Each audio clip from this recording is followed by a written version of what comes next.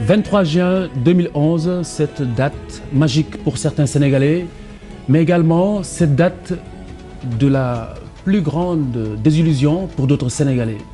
Le peuple a porté la vindicte populaire qui a triomphé de la volonté des seconds, la majorité présidentielle à l'Assemblée nationale, de faire voter le projet de loi instituant le ticket présidentiel.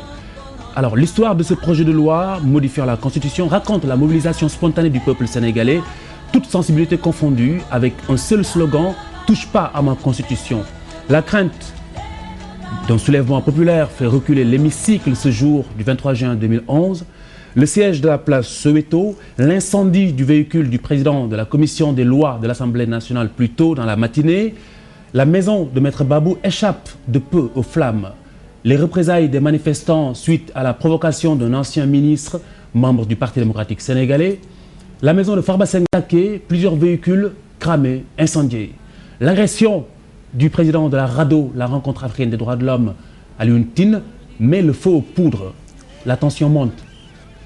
C'est l'effet domino dans la capitale sénégalaise, mais également dans une partie du Sénégal. L'Assemblée suspend la séance. La majorité rassemble ses députés pour consultation. Un quart d'heure à l'issue duquel les libéraux revoient leur copie. Plus question du quart bloquant. On parle désormais de 50% des suffrages exprimés. Tout bascule dans l'après-midi. Dans l'après-midi, le président Wade s'avoue vaincu et fait retirer le projet de loi très contesté. Au moment de motiver le retrait de ce projet de loi, le président du groupe parlementaire libéral et le président de l'Assemblée nationale, membre du Parti démocratique sénégalais, évoquent des menaces qui émanent de messages téléphoniques contre les députés libéraux et l'intervention, et surtout l'intervention de chefs religieux du pays. Le mouvement du 23 juin a donné naissance à une organisation éponyme qui regroupe les partis de l'opposition, la société civile, des groupes de rap et des organismes de défense des droits de l'homme. Le leitmotiv d'alors, empêcher la candidature de le mouvement du 23 juin.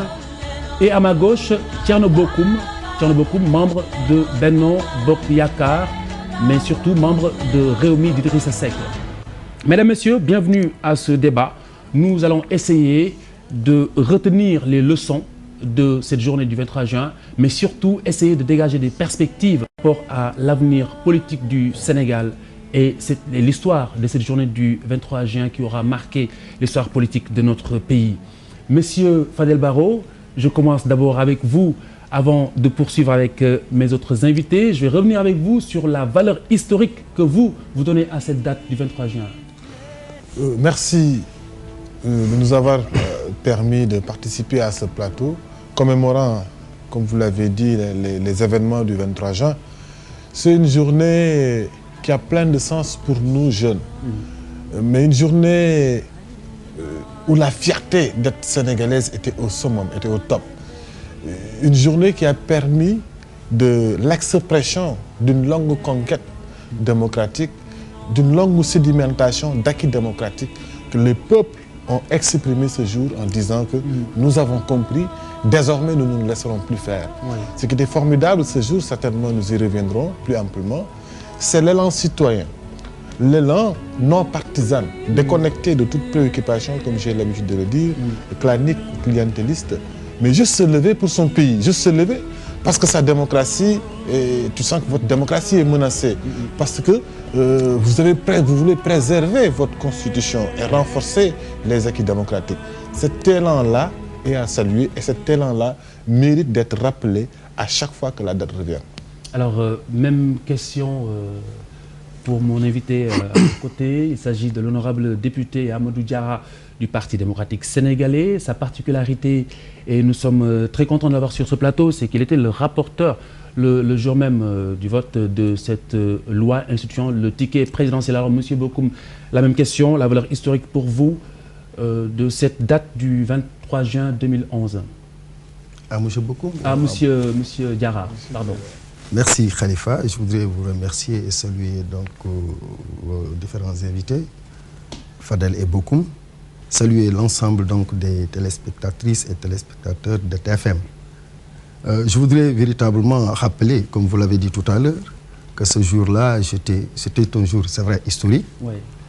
J'étais le rapporteur donc, de ce projet de loi instituant le ticket et rapporteur de la commission des lois.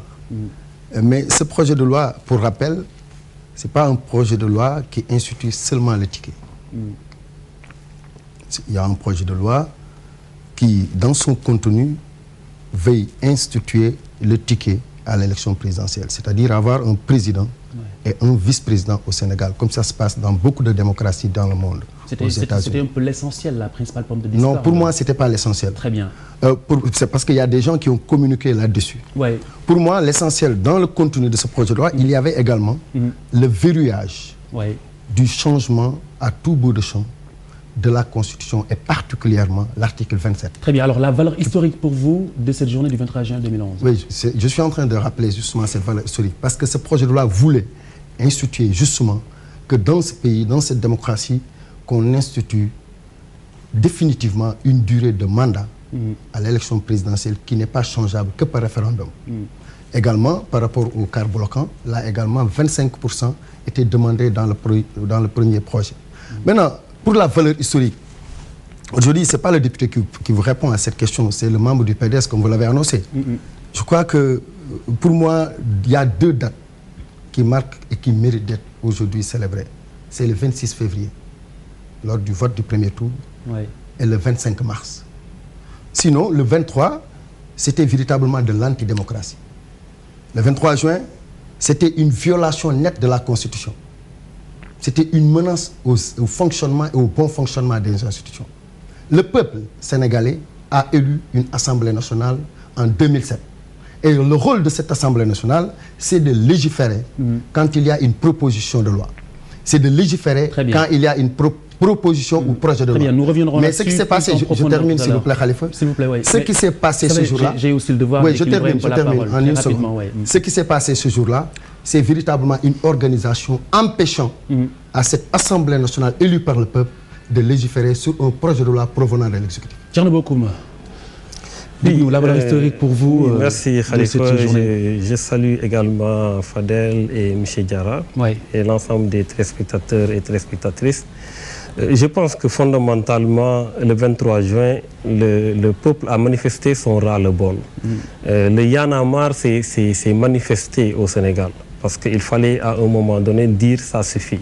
Ce qu'il faut remarquer, c'est que ce n'était pas la première fois qu'on abusait des révisions de la Constitution. Mais à un moment donné, les Sénégalais se disaient de toutes les façons, nous attendons les élections. Parce qu'il faudra régler ça à travers les urnes. Mais qu'est-ce qui s'est passé? Ils ont voulu justement s'agripper au pouvoir en ramenant les suffrages à 25%, pour faire en sorte qu'à 25%, Wade puisse passer. Alors on s'est rendu compte qu'on ne pouvait même pas, à travers les urnes, faire partir ce régime-là. Il fallait manifester ce jour-là. Et je pense que les Sénégalais l'ont compris. Donc, si je comprends bien, pour vous, le sens historique vraiment de cette journée, c'est un peu le refus du peuple. C'est le refus du peuple et dire que rien ne sera plus comme avant. Je précise qu'en fait, ce n'est pas l'Assemblée nationale qui a été visée en tant que telle. Pour moi, c'est l'exécutif qui a été visé.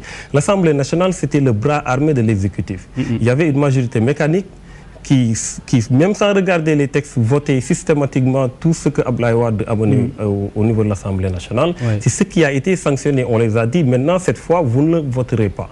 Et je pense que ça a été une manifestation forte du peuple sénégalais pour dire que rien, absolument rien ne se passera plus comme avant. Alors, le quart bloquant, pour reparler de ce projet de loi, mais également et surtout le poste de vice-présidence. Et beaucoup de l'opposition et des observateurs ont pu dénoncer cette volonté de maître Abdoulaye Wade de se faire remplacer par son fils Karim Wade. Et je pense que c'est un tout petit peu l'étincelle qui a mis le feu aux poudres à Fadel Barro.